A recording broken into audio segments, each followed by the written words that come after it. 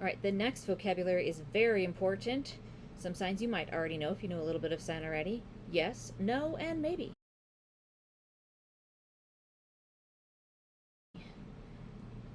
Yes, looks like your head nodding. Yes. Yes. One time for emphasis. Yes, definitely. There's also a finger spelled version. Starts with our Y kind of flat. Comes up to the E and the S. Yes, definitely. Again, for emphasis. Yes, we're going to the party. Yes. No. The letters N, O, eventually became this movement. So we have our two fingers together and our thumb, and they're going to tap together. No. Again, if you want to have your fingers down or curled in, whatever feels comfortable to your hand. No, and you shake your head with it. No.